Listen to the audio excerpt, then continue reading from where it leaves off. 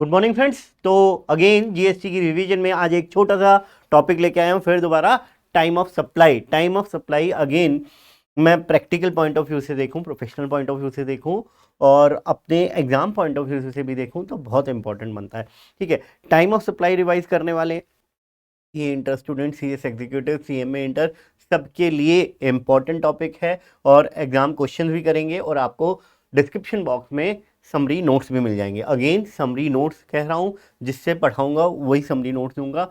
आपको डिटेल में प्रोविजन देखने हैं तो आपके पास आपका स्टडी मॉड्यूल है और जो मेरे से पढ़े हुए जिनको हम लोगों ने नोट्स दिए हैं उनके पास डिटेल नोट्स अवेलेबल हैं। ठीक है जी, तो शुरू करते हैं आज टाइम ऑफ सप्लाई। आइए ध्यान दीजिएगा, टाइम ऑफ सप्लाई। अब ये टाइम ऑफ सप्लाई का चैप्टर है क्या और क्यों पढ़ रहे हैं, जरा ध्यान से सुनो। मेरी सारी चीजें जो शुरू होती हैं वो सेक्शन 9 से शुरू होती हैं। मेरा चार्जिंग सेक्शन क्या कहता है? सप्लाई के ऊपर टैक्स लगेगा। किसके ऊपर टैक्स लगेगा? सप्लाई के ऊपर टैक्स लगेगा। ठीक है, लगेगा और उस वैल्यू पे लगेगा, रेट से लगेगा और कलेक्ट किया जाएगा टैक्सेबल पर्सन से। तो ये मेरा सबसेक्शन 1 हो गया सेक्शन 9 का। ठीक है, अब सप्लाई पे लगेगा, कहां पे जाके देख लो जी सप्लाई क्या होती है, सेक्शन 7 में होती है। ठीक है, किस वैल्यू पे लगेगा, सेक्शन 15 में जाके देख लो। रेट 20% से ज्यादा नहीं हो सकता, क्योंकि सीजीएसटी की बात कर रहे हैं तो सीजीएसटी एसजीएसटी मिला के 40% से ज्यादा नहीं हो सकता। इंडिया में इस टाइम पे हम लोगों ने 28% से ज्यादा रेट नहीं है। ठीक है, कलेक्ट किया जाएगा। अब बात आती है कि सप्लाई पे टैक्स तो लगेगा, ध्यान से सुनिएगा, लेकिन सप्लाई को एक्चुअल में सप्लाई माना कब जाएगा? Means when it can be said कि ये सप्लाई ऑफ गुड्स या सप्लाई ऑफ सर्विसेज हम लोगों ने कर दी है। क्योंकि जब मैंने सप्लाई कर दी है, टैक्सेबल इवेंट क्या है? सप्लाई को समझाया सेक्शन 7 में, एक तरह डिफाइन किया सेक्शन 7 में, लेकिन एक्चुअल में सप्लाई हो गई, ये डिसाइड किसने किया? ये डिसाइड किया टाइम ऑफ सप्लाई ने। टाइम ऑफ सप्लाई हम लोग देखने वाले हैं गुड्स के लिए सेक्शन 12 एंड सर्विसेज के लिए कि सर्विसेज का टाइम ऑफ सप्लाई कैसे निकलता है, वो हो गया सेक्शन 13। ठीक है जी, तो इस हिसाब से हमारा टाइम ऑफ सप्लाई का चैप्टर बहुत बहुत बहुत इंपॉर्टेंट बनता है। ठीक है जी, आइए अगेन, मैं हमेशा सेक्शन 9 की जब भी बात करता हूं या स्कोप ऑफ सप्लाई की बात करता हूं तो मैं कहता हूं स्टूडेंट को कि 13 टैक्सेस मर्ज होके हम लोगों का क्या बना है? जीएसटी में बना है। 17 से 13 टैक्सेस मर्ज होने के बाद जीएसटी बना है। तो यहाँ का टैक्सेबल इवेंट, ठीक है ना, यहाँ का चार्जिंग सेक्शन, सप्लाई का मतलब ऐसा रखना था कि वो 13 टैक्सेस कवर हो जाए। तो अब हम लोगों का जो टाइम ऑफ सप्लाई की बात है कि सप्लाई कब माना जाएगा, तो उसमें भी हम लोगों को पहले के टैक्स लॉज को कंसीडर करते हुए ही टाइम ऑफ सप्लाई बनाना था गुड्स और सर्विसेज का। ठीक है, तो सेक्शन 12 में हम लोगों ने time of supply of goods बनाया, सेक्शन 13 में time of supply of services बनाया। ठीक है, अब जरा ध्यान से सुनिएगा, समरी चल रही है, रिवाइज कर रहे हैं हम लोग, तो उसी हिसाब से चीजें करा रहा हूं। ठीक है, इन्होंने कहा कि गुड्स के लिए ऑलरेडी जो इन लोगों ने ड्राफ्ट किया था, इन्होंने कहा कि टाइम ऑफ सप्लाई गुड्स के लिए देखा जाएगा अर्लीस्ट ऑफ द फॉलोइंग। इन दोनों पॉइंट्स में से जो जल्दी हो गया वो देख लेंगे। बाद में इन्होंने सेकंड काट दिया तो सिर्फ और सिर्फ फर्स्ट रह गया। सेकंड क्या था कि अगर हम लोगों ने डेट ऑफ पेमेंट रिसीव्ड, जिस दिन हम लोगों ने पेमेंट रिसीव कर ली, date of payment receive, that will be the date that is the date for time of supply of goods. लेकिन अर्लियर लॉज में वैट हो गया, एक्साइज हो गया, कहीं पे भी ऐसा नहीं था, तो इसीलिए इन्होंने अभी इस चीज को डेफर कर रखा है। मतलब गुड्स की सप्लाई के केस में अगर हम लोगों को एडवांस मिल गया तो उसको टाइम ऑफ सप्लाई नहीं माना जाएगा और उसके बेसिस पे टैक्स नहीं डिस्चार्ज किया जाएगा। अब रह गया है फर्स्ट पॉइंट। तो फर्स्ट पॉइंट क्या कहता है? फर्स्ट पॉइंट रहता है कि टाइम ऑफ सप्लाई मानेंगे earliest of the following. Earliest of the following क्या? Of the following. अब अगेन यहां पे 2 पॉइंट दिए गए हैं, ए बी। मैंने कहा ए पॉइंट क्या है? कहता है issue of invoice, date of issue of invoice will be the time of supply. जिस दिन हम लोगों ने इनवॉइस इशू कर दी, that date will be considered as a time of supply. मैंने कहा ठीक है, अच्छी बात है, समझ में आ गया। फिर कहता है कि बी पॉइंट क्या है? Last date of issue of invoice as per section 31। Section 31 के हिसाब से जो आपकी लास्ट डेट बनती है इनवॉइस इशू करने की, वो डेट, या फिर जिस दिन आपने एक्चुअली इशू किया। मतलब क्या, थोड़ी देर के लिए अभी इस पॉइंट को रोकते हैं, समझते हैं क्या कह रहा है। सपोज करो मैंने इनवॉइस इशू कर दी किसी पर्टिकुलर सप्लाई के लिए 10 नवंबर 2021 को इनवॉइस इशू कर दी। एज पर सेक्शन 31 उसकी इनवॉइस हमारी बन जानी चाहिए थी 5 नवंबर 2021 तक। तो उसका टाइम ऑफ सप्लाई कब का कंसीडर किया जाएगा? 5 नवंबर 2021 का कंसीडर किया जाएगा, ना कि 10th का, जिस दिन एक्चुअल में इनवॉइस इशू किया। लेकिन दूसरा केस ले लेते हैं। Last date as per section 31 बनती थी 5 नवंबर 2021, जिस दिन हम लोगों को इनवॉइस इशू कर देनी चाहिए थी, ठीक है। लेकिन हम लोगों ने इनवॉइस इशू कर दी लेट्स से 25 अक्टूबर 2021 को। तो मेरी 25 अक्टूबर 2021 will become the time of supply. Hope so मेरी बात क्लियर हो गई होगी। अब बात आती है कि last date as per section 31 क्या है। तो सेक्शन 31 यहां पे पढ़ना पड़ेगा। मैंने नोट्स में सेक्शन 31 का वो वाला पार्ट यहां पे चिपका दिया। यहां पे क्या कहता है कि सेक्शन 31 के हिसाब से अगर गुड्स आप डिलीवर करते हो, डिलीवरी के बेसिस पे आपकी सप्लाई मानी जाती है। तो जिस दिन आपने गुड्स डिलीवर कर दिए उस दिन आपको इनवॉइस इशू करनी है, क्योंकि वो तो इनवॉइस का सेक्शन है ना। जिस दिन आपने गुड्स डिलीवर कर दिए उस दिन आपको इनवॉइस इशू करनी है। दूसरा क्या है? जिस दिन आपने गुड्स मूव करा दिए, मूवमेंट ऑफ द गुड्स। मतलब क्या, आप अपनी शॉप पे बैठे हुए हो और शॉप पे से बस मैंने आपको माल दे दिया, मेरी सेल हो गई, तो उसी दिन मेरे को इनवॉइस इशू करनी है, ठीक है। डिलीवरी, जहां पे मेरे को डिलीवरी कंप्लीट होने के बाद मेरी सेल मानी जाएगी। जैसे घर तक, जैसे किसी ने कहा सर ये माल पहुंचा दोगे, जिस दिन जब वो माल पहुंच जाएगा जब भी तो एक्चुअल सेल होगी, तो उसके इसमें हो गया डिलीवरी ऑफ द गुड्स। और एक तीसरा है मेकिंग गुड्स अवेलेबल। किसी ने कस्टमाइज बेसिस पे मेरे से कहा कि सर आप आओ और यहां पे आके ये गुड्स बना दो। तो वो गुड्स बना रहा था मैं, अभी गुड्स बने नहीं है, 80% लोगों को दिख रहा है कि हाँ गुड्स बन गए, लेकिन मैंने उसके ऊपर पॉलिश की, सब कुछ उसको फिनिश किया। उसके बाद मैंने जिस बंदे ने मेरे से गुड्स खरीदे थे उसको कहा कि हाँ sir now it is ready for use. तो वो हो गया मेकिंग गुड्स अवेलेबल। तो last date as per section 31 for the issue of invoice is where goods are required to be delivered. जिस दिन डिलीवरी हो गई, जिस गुड्स में मूवमेंट की बात है, गुड्स मूव हो गए, और जहां पे गुड्स कस्टमाइज करा गया है और मेरे को गुड्स अवेलेबल करवाने हैं, जैसे एसी की इंस्टॉलेशन है, ठीक है ना, जो बड़े एसी होते हैं तो चिलर वाले, उसमें अब वहां पे एसी इंस्टॉल होके रेडी हो गया, चलने लगा, उसमें से पानी लीक नहीं हो रहा, मैंने चेक कर लिया। जब मैंने कहा हाँ सर मेरी तरफ से डन है, सारा काम हो गया, now it's ready for use, मैं आपको हैंड ओवर करता हूं, ठीक है। ये चीजें हो गई। तो सेक्शन 12 ये कहता है। अच्छा, ये कब की बात हो रही है? ये जो मैं बात कर रहा हूं सेक्शन 12 में सबसेक्शन 1 और 13 में भी 1 सेम है। यहां का भी 1 और यहां का भी 1 सेम है कि आने वाले प्रोविजन के हिसाब से आप टाइम ऑफ सप्लाई निकालेंगे। तो ये जो है, ये जो मैंने आपको पढ़ाया, ये है सबसेक्शन 2, ये है सबसेक्शन 2 ऑफ सेक्शन 12। और ये किसके लिए? फॉरवर्ड चार्ज मैकेनिज्म के लिए, जहां पे फॉरवर्ड चार्ज लगता है। इसी तरीके से बहुत ध्यान से सुनिएगा, section 13 subsection 2 time of supply of services in case of FCM, जहां पे सर्विसेज सप्लाई कर रहा हूं मैं और टैक्स मेरे को चार्ज करना है, टैक्स मेरे को कलेक्ट करना है और गवर्नमेंट को पे करना है, दैट इज एफसीएम, ठीक है। मैं फुल स्क्रीन कर देता हूं जिससे कि आपको नोट्स और क्लियरली दिख सके। हाँ जी, तो देखिएगा अब आपको नोट्स फुल स्क्रीन पे दिख रहे होंगे तो ज्यादा क्लियर होंगे, ठीक है। अब time of supply in case of services, ठीक है ना, और एफसीएम जहां पे है, फॉरवर्ड चार्ज मैकेनिज्म पे, मैं डायरेक्टली समरी आपको पढ़ा रहा हूं, ठीक है ना। मैं एक एक चीजें करके नहीं दिखाऊंगा और नोट्स में भी क्रिस्प पोजीशन है, मैं बेयर लॉ से नहीं चल रहा।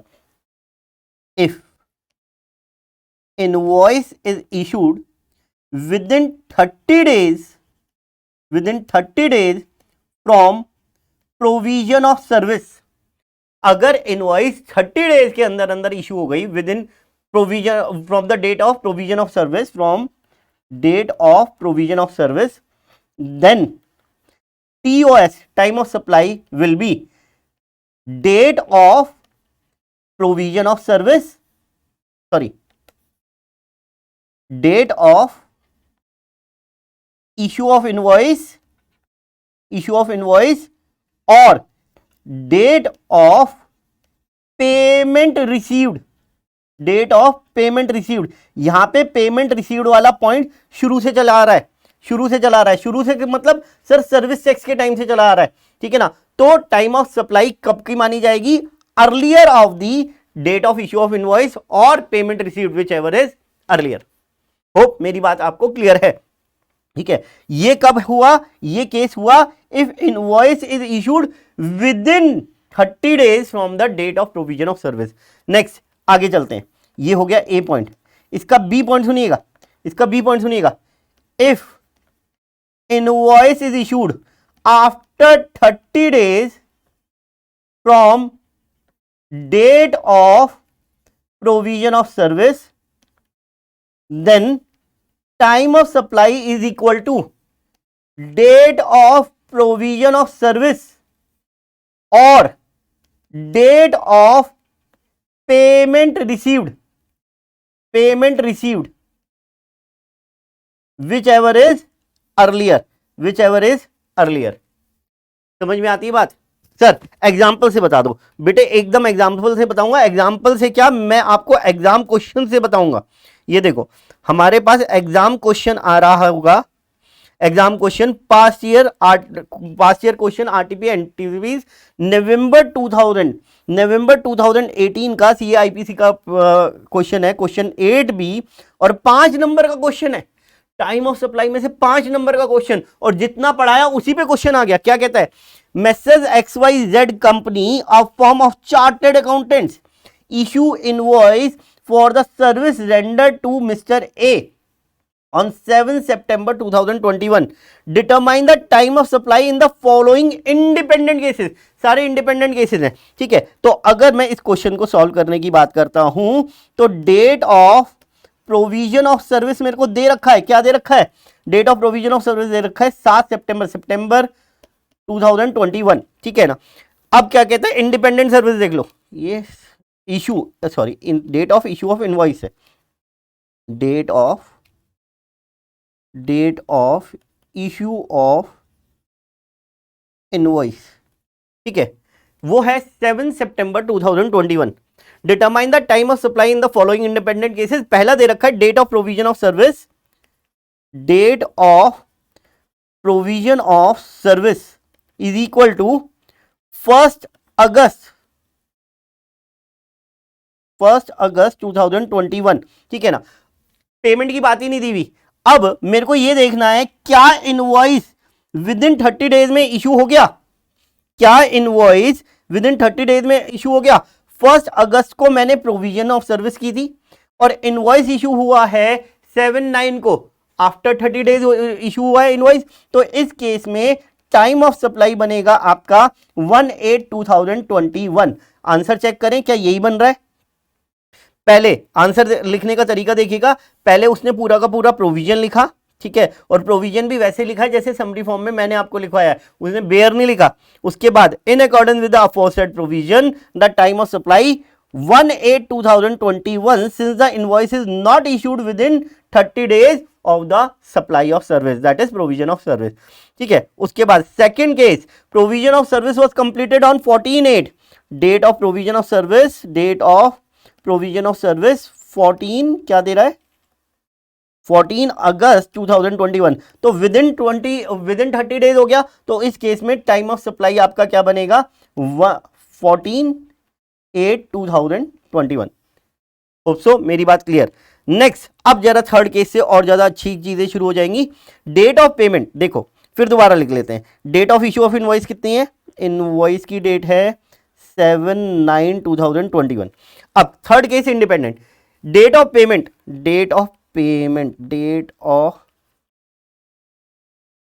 पेमेंट क्या देता है? 3 अगस्त 2021। अच्छा, where the provision of service was remain to be completed. अभी तो प्रोविजन ऑफ सर्विस हुआ ही नहीं है, तो date of issue of invoice date of issue of invoice कब हुआ है 7/9 और डेट ऑफ पेमेंट, तो प्रोविजन ऑफ सर्विस की तो बात ही नहीं आई।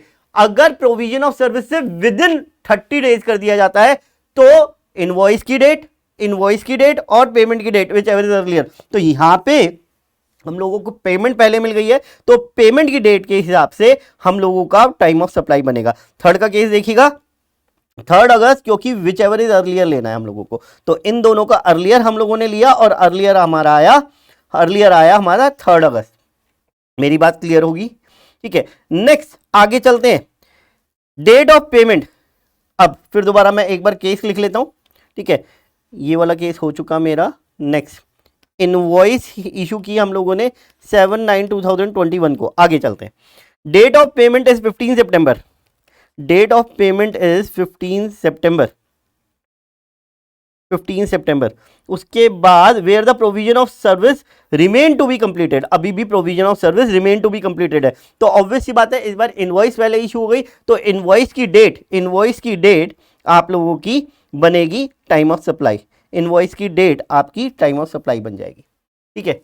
अब इसमें क्वेश्चन मेरे को याद आते हैं कुछ मेरे को याद आते हैं। इनवॉइस की डेट इसी की ले लेते हैं जी, इनवॉइस की डेट इसकी ले लेते हैं, और कहाँ दे रखी थी इसने इनवॉइस की date 7 September 2021। Date of provision of service, date of supply of service ले लेते हैं, विद इन 30 डेज वाला ही ले लेते हैं आपके लिए, नहीं आफ्टर 30 डेज वाला लूंगा, 15 अक्टूबर 2021, ठीक है। Date of provision of service, ठीक है, and date of payment receive, ये कर लेते हैं हम 25 सितंबर 2021।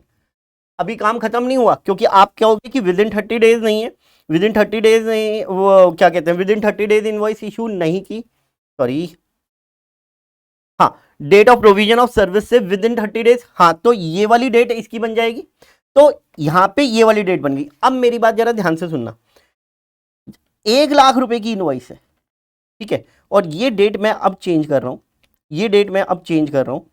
ये कर रहा हूं 9 और ये कर रहा हूं 10, ये तो विद इन आ जाएगी, 17 कर देते हैं फिर। अब date of provision of service हो गई मेरी, 1 लाख रुपए की सर्विस है, 1 लाख रुपए की सर्विस है, और 1 लाख रुपए की सर्विस मैंने 15/9/2021 को दी और मैंने 17/10 को उसका इनवॉइस रेज किया, तो विद इन 30 डेज नहीं रेज किया, तो date of provision of service और date of payment received whichever is earlier लिया जाएगा, तो इसकी डेट ये आएगी, ठीक है। अब मैं आपको यहां पे ये समझाना चाहता हूं कि अगर मेरी पार्ट पेमेंट रिसीव्ड हुई और डेट ऑफ पेमेंट मेरी अगर बन रही है टाइम ऑफ सप्लाई, तो जितनी, क्योंकि इनवॉइस आपको क्वेश्चन में आ सकता है कि इनवॉइस तो 1 लाख रुपए की थी और पेमेंट हम लोगों ने, अगर मैं ये कह देता कि ये 5/9 को मेरे को पेमेंट मिली और यहाँ पे 5/9 को जो मेरे को पेमेंट मिली है वो आपको कम मिली है, तो भी क्योंकि date of provision of service आपको 1 लाख रुपए दे रखा है तो वो 1 लाख ही बनेगी, ठीक है जी। तो ये मेरा काम यहाँ पे कंप्लीट हुआ, ये मैंने आपको चीजें समझा दी, ठीक है। मैं इसको एक बार डिलीट मार देता हूं जिससे कि मेरा पेपर साफ हो जाए जी, ठीक। आइए, तो ये मैंने आपको समझाया और एक बार मैं आपको नोट्स पढ़ा देता हूं इसके लिए। नोट्स देखिएगा, नोट्स में सबसे पहले यहाँ पे आ रहा है सबसेक्शन 1, दोनों का कॉमन है तो वो मैंने दोनों का लिख दिया, वो आप देख लीजिएगा, कुछ नहीं है कि वो कह रहा है कि आने वाले प्रोविजन के हिसाब से टाइम ऑफ सप्लाई निकालेंगे। पहला जो गुड्स का है, राइट साइड में गुड्स का, वो सॉरी लेफ्ट साइड में गुड्स का, राइट साइड में सर्विसेज का, तो time of supply of goods shall be the earlier of the following, क्या, date of issue of invoice और last date as per section 31 to issue the invoice. Last date भी मैंने आपको बता दिया, रिमूवल ऑफ गुड्स, अच्छा मैंने यहाँ पे मूवमेंट ऑफ गुड्स लिख दिया, रिमूवल ऑफ गुड्स,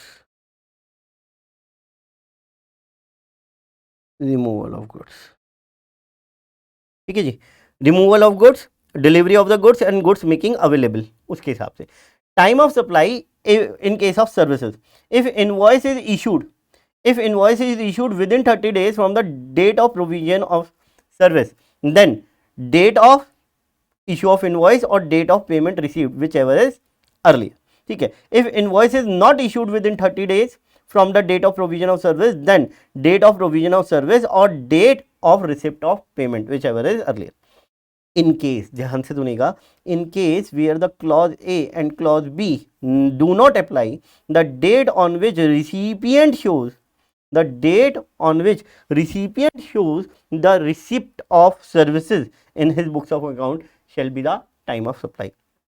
Recipient, मैं तो सप्लायर हूं ना, मैंने जानबूझ के, क्योंकि मेरे को टाइम ऑफ सप्लाई किस बेसिस पे मेरा डिटरमाइन होएगा, मैं सप्लायर हूं, या तो date of provision of service, या पेमेंट रिसीव्ड, या मैंने इनवॉइस बनाई, मैंने इन तीनों में से कोई भी काम नहीं शो होने दिया। तो वो कहता है जिस दिन सप्लायर ने आपको पेमेंट की है, सप्लायर अपनी बुक्स में एंट्री दिखा रहा है, ठीक है, सप्लायर जिस दिन अपनी बुक्स में एंट्री दिखा रहा है, सॉरी मेरे मुंह से पेमेंट की बात निकल गई, सप्लायर अपने बुक्स में जिस दिन एंट्री दिखा रहा है कि उसने सर्विसेज रिसीव की, वो आपका टाइम ऑफ सप्लाई मान लेंगे। ठीक है जी। अब एक बात यहां पे इंपॉर्टेंट है, जरा ध्यान से सुनिएगा, डेट ऑफ पेमेंट रिसीव्ड 2 बार वर्ड यूज किया मैंने, और सप्लाई सर्विसेज के केस में यूज किया, गुड्स के केस में तो ये चीज ओमिटेड हो गई थी। अब डेट ऑफ पेमेंट रिसीव्ड का क्या मतलब है, जिस दिन हमें पैसा मिला, ऑब्वियस सी बात है सर, लेकिन पैसा किस दिन मिला हुआ माना जाता है? अच्छा मेरे पीछे छुप रहा है, ये लो जी, ठीक है, पैसा किस दिन रिसीव किया हुआ माना जाता है? जिस दिन मेरे बैंक में आ जाता है, या जिस दिन मैं बुक्स में एंट्री कर देता हूं। समझे? जैसे मैंने आप चेक लिया, अब चेक लिया मैंने, अपनी बुक्स में एंट्री कर दी, लेकिन मेरे बैंक में वो 3 दिन बाद आया, तो जिस दिन बैंक में पैसा आया उस दिन डेट ऑफ पेमेंट रिसीव माना जाएगा। ठीक है, या डेट ऑफ पेमेंट रिसीव माना जाएगा, या फिर जिस दिन चेक लिया उस दिन माना जाएगा। तो कहता है डेट ऑफ पेमेंट रिसीव माना जाएगा entry made in the books of accounts और अमाउंट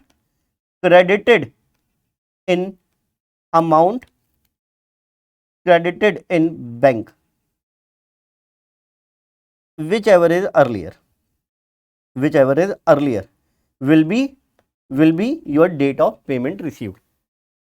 आज मेरे को चेक मिला और 3 दिन बाद वो क्लियर होके बैंक में आया, तो आज की डेट मेरी डेट ऑफ पेमेंट रिसीव मान ली जाएगी। मेरे को आज आरटीजीएस से पैसा आ गया, मेरे को पता चला 4 दिन बाद 5 दिन बाद जब बैंक स्टेटमेंट निकाल के देखी और उस दिन बुक में एंट्री की, तो आज की डेट मेरी टाइम ऑफ सप्लाई मानी जाएगी। इसीलिए सर्विसेज के केस में बहुत इंपॉर्टेंट है, जो भी सर्विस प्रोवाइडर हैं, last day of the month उसके आसपास अपना बैंक अकाउंट जरूर चेक कर लें। किसी अगर आपके कस्टमर ने आपको पेमेंट कर दी है और वो आपका टाइम ऑफ सप्लाई उसी दिन बन जाएगा, चाहे वो आपको बाद में पता चला हो, क्योंकि अगले महीने की 20 तारीख तक हमें उसका टैक्स डिस्चार्ज करना है और जीएसटी 1 में वो आउटवर्ड सप्लाई भी शो करनी है। ठीक है सर जी, तो ये काम हो गया मेरा आपके साथ फॉरवर्ड चार्ज मैकेनिज्म का। ठीक है, फॉरवर्ड चार्ज मैकेनिज्म। अब बात करते हैं reverse charge mechanism, RCM. Goods के केस में भी आरसीएम होता है एंड सर्विसेज के केस में भी आरसीएम होता है। गुड्स के केस में भी आरसीएम होगा और सर्विसेज के केस में भी आरसीएम होगा। ध्यान से सुनिएगा, आरसीएम मतलब क्या, बहुत ध्यान से समझ लीजिए इस चीज को, क्लैरिटी पहले दिमाग में विजुअलाइज कीजिए इस चीज को। सप्लायर है, रिसिपिएंट है, आप कौन है इसमें? आप इस बार रिसिपिएंट है and you are required to discharge the tax liability. तो गुड्स के केस में कहूं तो आपने गुड्स रिसीव कर लिए, तो एक तरह से एक टेंजिबल चीज आपके हाथ में आई, गवर्नमेंट उससे पता लगा सकती है। या रिसिप्ट किए तो आपने पेमेंट भी की होगी, 2 चीज हो गई। लेकिन सर्विसेज के केस में तो बड़ी दिक्कत है। सर्विसेज के केस में इसलिए दिक्कत है क्योंकि सर्विसेज तो इंटेंजिबल होती हैं। तो आइएगा देखते हैं एक बार। ठीक है, मैंने अभी ये एक्सेस अमाउंट वाला पॉइंट छुड़वा दिया है, रुक जाइए, इस पे एक्सप्लेनेशन ऑलरेडी कवर हो गई है। ठीक है, यहां देखिएगा, RCM because of section 9(3) and 9(4) time of supply, goods की बात कर रहे हैं, time of supply shall be earliest of the following. कौन सी? Date of receipt of goods और date of payment as in the books of account और date on which debited in the bank account whichever is earlier. साफ सीधी बात है, goods के case में क्या कहा कि जिस दिन मैंने गुड्स रिसीव किए वो टाइम ऑफ सप्लाई बन जाएगा, या जिस दिन मैंने पेमेंट कर दी, क्योंकि इस बार मैं रिसिपिएंट हूं ना, तो मेरे को पेमेंट करनी है जो गुड्स खरीदे, तो जिस दिन मैंने पेमेंट कर दी वो वाली डेट। अच्छा ठीक है, और c point 31st day from the date of issue of invoice by the supplier.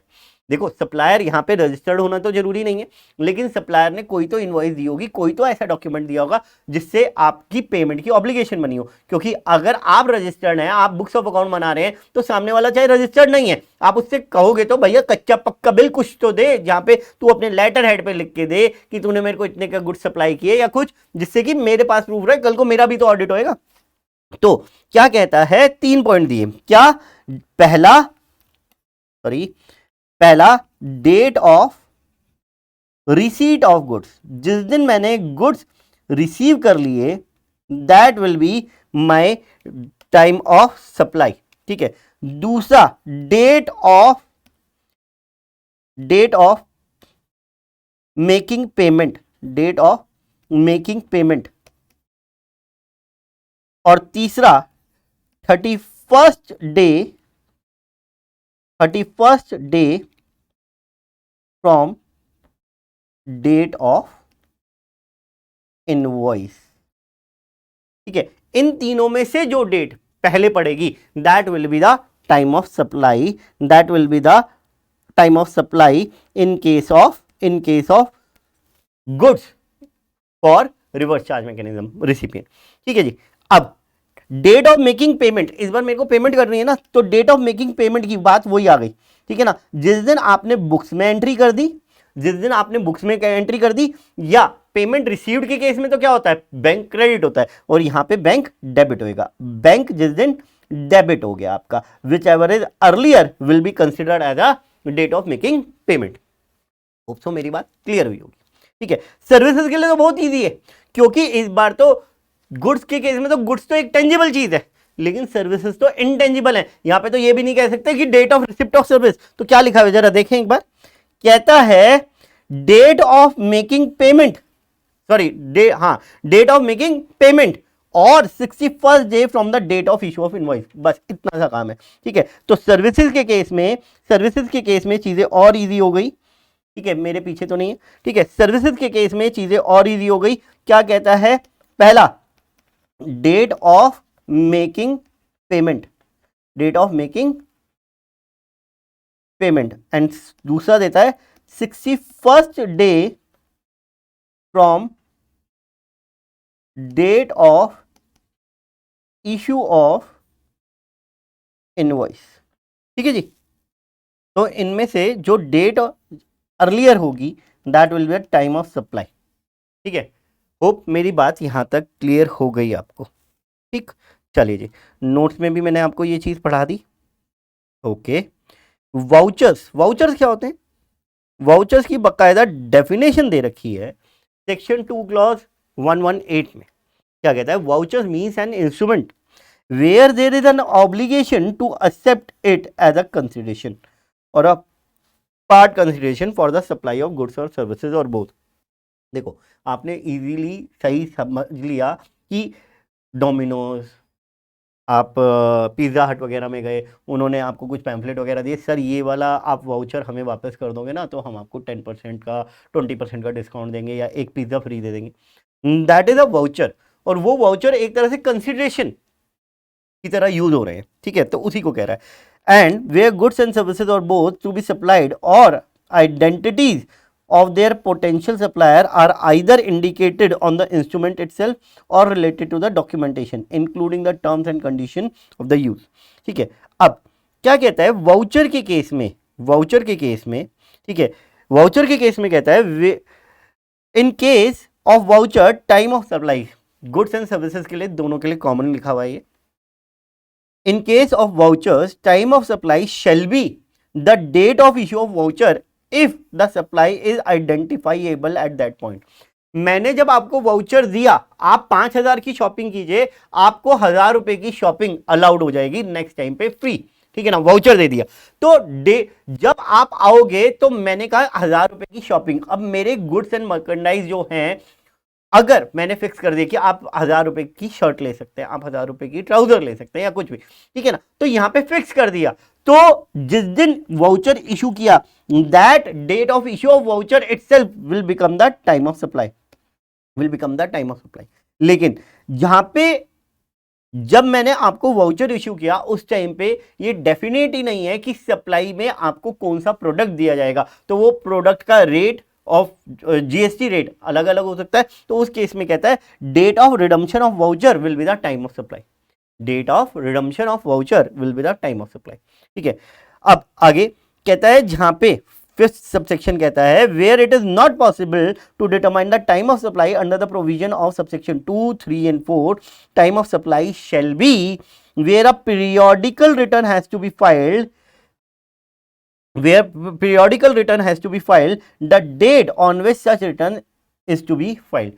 अगर आप सबसेक्शन 1, 2, 3 के हिसाब से सबसेक्शन 2, 3 और 4 के हिसाब से टाइम ऑफ सप्लाई नहीं निकाल पा रहे हैं किसी का, तो उस केस में पीरियोडिकल रिटर्न जिस दिनों पे जाती है, जो डेट पीरियोडिकल रिटर्न भरने की है वो टाइम ऑफ सप्लाई मान लिया जाएगा। इन एनी अदर केस जिस दिन टैक्स पे किया गया वो टाइम ऑफ सप्लाई माना जाएगा।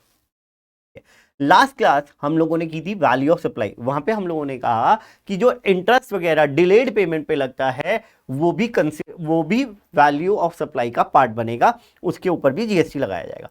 अब बात आती है उसके लिए टाइम ऑफ सप्लाई क्या रहेगा। जैसे मैंने 1 लाख रुपए के गुड्स बेचे, जरा ध्यान से सुनिएगा मेरा एग्जांपल, मैंने 1 लाख रुपए के गुड्स बेचे और उसका क्रेडिट पीरियड मैंने दिया था 1 महीने का। अगर 1 महीने बाद तुम पेमेंट करोगे तो मैं 12% पर एनम के हिसाब से इंटरेस्ट लूंगा। उस भाई ने 1 महीने डिले कर दी मेरी पेमेंट, तो मेरे को 1000 रुपए इंटरेस्ट के साथ वो पेमेंट कर रहा है। अब 1 लाख रुपए भी दिए प्लस 1000 रुपए भी दिए, तो जो 1000 रुपए मैंने एक्स्ट्रा रिसीव किए वो पहली बात वैल्यू ऑफ सप्लाई का पार्ट बनेगा। दूसरी बात, उसके लिए टाइम ऑफ सप्लाई कब कंसीडर किया जाएगा, क्योंकि गुड्स का टाइम ऑफ सप्लाई तो आपने पहले निकाल लिया।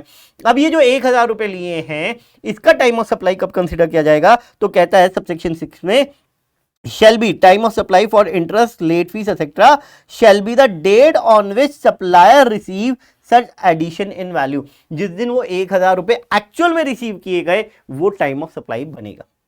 क्लियर है जी, समझ में आती है बात। बेटे एक टॉपिक है इनवॉइस के चैप्टर में है लेकिन कराना यहां पे जरूरी है, continuous supply of service, continuous supply of service and continuous supply of goods. जैसे एग्जांपल के तौर पे मैं आपको समझा देता हूं, डेफिनेशन अभी देखते हैं। जो दूध वाले भैया सुबह दूध सप्लाई करने आते हैं आपको, वो जिस दिन दूध दे के गए 2 किलो, आज 2 किलो के पैसे दे दिए क्या उनको? पूरे महीने वो दूध देते रहते हैं और उसके बाद आप महीने के एंड में उनका हिसाब किताब कर देते हो। ठीक है, इसी तरीके से सर्विसेज, इंटरनल ऑडिट की सर्विसेज दी जा रही हैं, ठीक है ना। कोई भी ऐसी सर्विसेज जो चलती जा रही है भैया, दी जा रही है और उनका टाइम पीरियड लंबा है। ठीक है, जैसे मैं कहता हूं कि मैं आपकी क्लासेस ले रहा हूं, फेस टू फेस क्लासेस चल रही हैं, तो अब मेरा कोर्स 4 महीने में खत्म होएगा, 4 महीने में खत्म होएगा, तो वो हो गया। अब क्या मैंने क्या कहा कि डेली बेसिस पे मैं आपसे चार्ज करूंगा, भाई आज मैंने 1-2 दिन हो गए तो 2 दिन की इतनी फीस, ऐसा तो नहीं है। ठीक है, तो उस केस में जरा एक बार पहले डेफिनेशन से समझिएगा कि कॉन्टिन्यूस सप्लाई ऑफ गुड्स और सर्विसेज होता क्या है। कहता है continuous supply of goods means supply of goods continuously और ऑन रिकरेंट बेसिस। जैसे मैंने आपको दूध वाले भैया का एग्जांपल दिया, अंडर अ कॉन्ट्रैक्ट वेदर और not by means of wire, cable, pipeline और अदर कॉन्ड्यूट, कॉन्ड्यूट होती है नाली, and for which the supplier invoices the recipient on a regular और अ पीरियोडिक बेसिस। जैसे दूध वाले भैया क्या करते हैं, महीने का हिसाब एक बार में करते हैं, and include such supply of such good as may be notified by the government. ये तो इन्होंने एक डिफाइन कर दिया जहां पे आप कॉन्टिन्यूसली गुड्स ले रहे हैं रिकरेंट बेसिस पे, और महीने में मतलब उन्होंने क्या कहा पीरियोडिकल बेसिस पे। यहां पे क्या कहा, सप्लायर इनवॉइस इशू करता है on a regular basis, monthly basis पे या पीरियोडिक बेसिस पे। कि हम लोग 2 तरीके से कर सकते हैं ना भैया, ऐसा करना महीने में 2000 का बिल जब बन जाए ना, जब भी आप इनवॉइस इशू कर देना, क्योंकि इकट्ठे पैसे नहीं दिए जाते, वो भी हो सकता है। ठीक है, वो हो गया।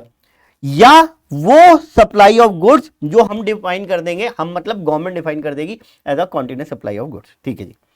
Continuous supply of service means supply of services continuously or on recurrent basis under a contract for a period exceeding 3 months with a periodic payment obligation, with periodic payment obligation। कहता है जो सर्विसेज कॉन्टिन्यूसली दी जाए, कैसे दी जाए, continuously under a contract. लेकिन यहाँ पे एक टाइम लिमिट तय कर दी, क्या, for a period exceeding 3 months. इसीलिए मैंने कहा था कि मेरा कोर्स अगर 4 महीने में कंप्लीट होता है with a periodic payment obligation, मैं साथ ही साथ पीरियोडिक पेमेंट ऑब्लिगेशन, देखो जब हम फेस टू फेस पढ़ाते हैं वहां पे तो एडवांस में पेमेंट ले लेते हैं, तो उसके लिए कॉन्टिन्यूस सप्लाई ऑफ सर्विस नहीं लगा। मैंने कहा कि 4 महीने सर्विसेज चलेंगी, आप 4 महीने सर्विसेज चलेंगी, हर महीने मेरे को इतनी पेमेंट कर देना, या इनकम टैक्स का पार्ट कंप्लीट हो जाए तब इतनी पेमेंट कर देना, फिर जीएसटी कंप्लीट हो जाएगा तब इतनी पेमेंट कर देना। तो 3 महीने से ज्यादा सर्विसेज चले और पीरियोडिक पेमेंट बेसिस, पेमेंट जो है पीरियोडिक बेसिस पे आए तो उसको कहेंगे कॉन्टिन्यूस सप्लाई ऑफ सर्विस। और उसके बाद तो रामबाण है ही हमारे पास, and include supply of services होना था यहाँ पे, ठीक है, includes supply of such services क्या कर रहा हूँ यार, include supply of such services as notified by the government. Clear है सर? डन। तो ये हो गया मेरा कॉन्टिन्यूस सप्लाई। सर ये बताया क्यों है बेटे? कॉन्टिन्यूस सप्लाई ऑफ सर्विसेज के केस में पहले तो ये देखो कि इनवॉइस कब रेज होती है, क्योंकि गुड्स की जब इनवॉइस, क्योंकि सेक्शन 31 क्या कह रहा था कि मतलब टाइम ऑफ सप्लाई के लिए हम लोगों ने क्या देखा था, जिस दिन इनवॉइस इशू हो गई या last date of issue of invoice, last date of issue of invoice, उसके हिसाब से आपका टाइम ऑफ सप्लाई देखा जाएगा। तो कॉन्टिन्यूस सप्लाई ऑफ सर्विस बताया, अब मैं उसकी इनवॉइस की बात बता रहा हूं और इनवॉइस के साथ ही मेरा टाइम ऑफ सप्लाई लिंक है। होप मेरी बात समझ में आई होगी। तो इन case of goods, in case of continuous supply of goods, ये सेक्शन 31 है और उसका सबसेक्शन 4 पढ़ रहा हूं मैं, ठीक है। Where successive statement of account or successive payments are involved, the invoice shall be issued before or at the time of each such statement is issued or each such payment is received। मेरी बात हो तो आपको clear हुई होगी। क्या कह रहा है, जिस दिन आप सक्सेसिव स्टेटमेंट इशू करते हैं ना, दूध वाले भैया पर्चा बना के भेज रहे हैं, तो जिस दिन पर्चा बना के भेजा वही दिन उनको इनवॉइस इशू करनी थी, ठीक है। अब आते हैं कॉन्टिन्यूस सप्लाई ऑफ सर्विस पे। पहली बात तो कॉन्टिन्यूस सप्लाई ऑफ सर्विस का एक एग्जांपल ले लेते हैं, कंस्ट्रक्शन सर्विसेज। मैंने किसी को पैसे दिए और वो मेरे को फ्लैट बना के देगा, तो वो कंस्ट्रक्शन सर्विसेज में आएगा, that is not a immovable property. पहले उस बात को समझते हुए इसका एग्जाम्पल मैं ड्राफ्ट करूंगा, इसलिए मैं आपको बता रहा हूं। मैंने बुकिंग के टाइम पे पेमेंट कर दी, उसके बाद उसने कहा कि सर जब आपकी अलॉटमेंट आ जाएगी जब आपको पेमेंट करनी है, उसके बाद उसने कहा कि जब लेंटर पड़ जाएगा जब पेमेंट करनी है, उसके बाद उसने कहा पोजेशन पे पेमेंट कर देना। 20-25% की उसने 4 पेमेंट बना दी। तो पहले ही कॉन्ट्रैक्ट डिसाइडेड है और उसमें इवेंट भी दिए हुए, बुकिंग, अलॉटमेंट, लेंटर जब डाला और पोजेशन, ठीक है। अब जरा मेरा एग्जांपल से इन चीजों को रिलेट कीजिएगा। Subject to the provision of subsection 3D, मतलब ये 31 के 3D की बात कर रहा है, 31 3D, ठीक है। In case of continuous supply of service, due date of payment is ascertainable from the contract, ascertainable from the contract. Due date already बता रखी है, मैंने इवेंट बताए थे, मैंने ड्यू डेट्स नहीं बताई थी, ठीक है ना। ड्यू डेट अगर बता रखी है तो ड्यू डेट, ठीक है ना, the invoice shall be issued on और before the due date of payment, पहली बात, ठीक है।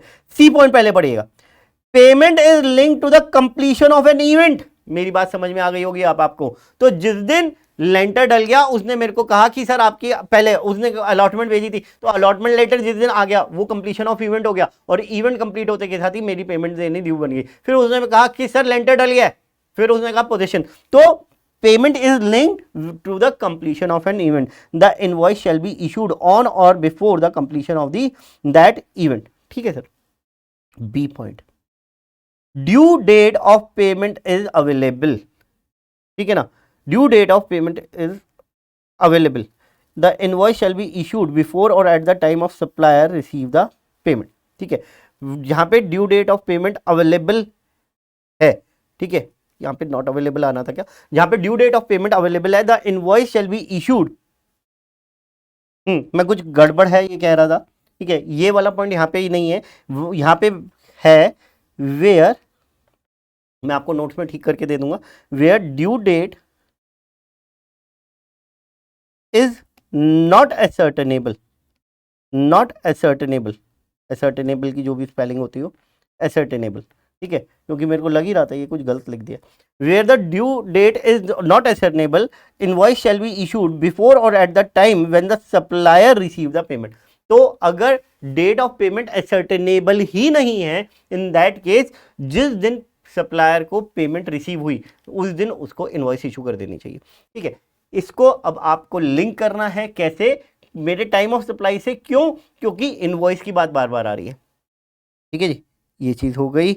उसके बाद मैंने आपको क्वेश्चन भी दिखा दिया, एक क्वेश्चन करा दिया, 2 क्वेश्चन और दिए हैं, एक बार आप देख लीजिएगा। कंटिन्यूअस सप्लाई ऑफ सर्विस का भी क्वेश्चन है उसमें, एग्जाम क्वेश्चन। एक चीज़ और रह गई, जरा ध्यान से सुनिएगा। गुड्स के केस में ध्यान दीजिएगा, एफसीएम, गुड्स और सर्विसेज। ठीक है, एफसीएम की बात कर रहा हूं। गुड्स के केस में तो एडवांस पेमेंट रिसीव्ड पे payment received time of supply का पार्ट ही नहीं बनता, ये तो एक इशू खत्म हो गया। सर्विसेज के केस में एडवांस रिसीव हो जाता है तो वो टाइम ऑफ सप्लाई का पार्ट बनता है। अब जरा ध्यान से सुनिएगा, 1 से 31 अक्टूबर और उसके बाद 1 नवंबर से 30 नवंबर, मेरा ध्यान से सुनिए प्लीज, यहां पे बिल आया मेरा 750 रुपीज का, मेरा पोस्ट पेड कनेक्शन था और 750 रुपीज का बिल आया।